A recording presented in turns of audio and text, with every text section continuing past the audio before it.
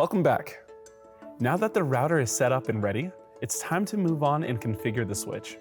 In this second of a two-part episode of Cisco Tech Talk, I'll finish showing you how to set up router on a stick next.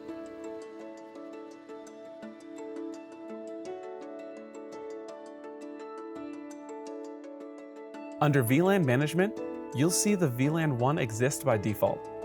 It's used for managing the switch.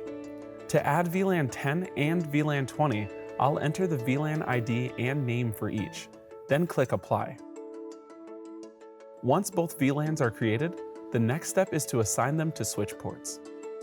To do this, go to the Port VLAN Membership section.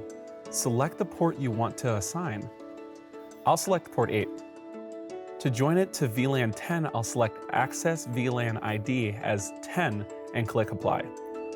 Similarly, I'll select port 9 to join it to VLAN 20 and click Apply.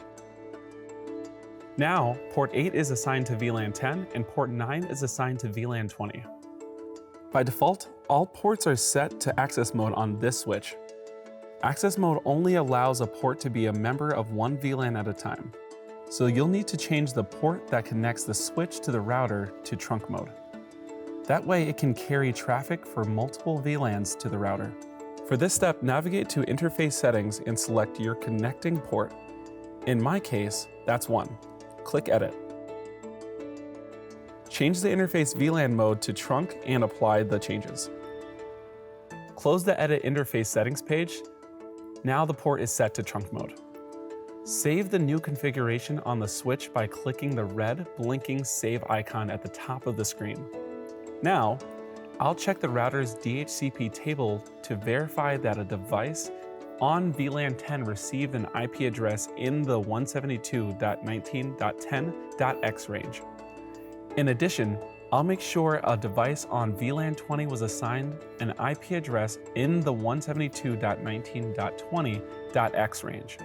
To confirm everything is working, check the connectivity between devices in different VLANs.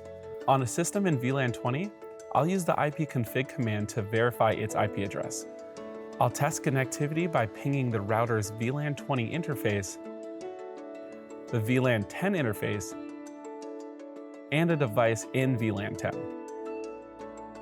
All should respond, showing that inter-VLAN routing is working. Similarly, on a system in VLAN 10, I'll use ipconfig to check its IP address.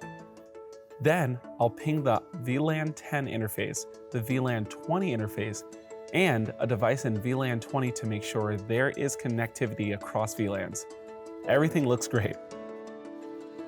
There you have it. A simple configuration of router on a stick makes it easy to connect and manage multiple VLANs with just one link between your router and switch. Thank you for watching. I'll see you next time.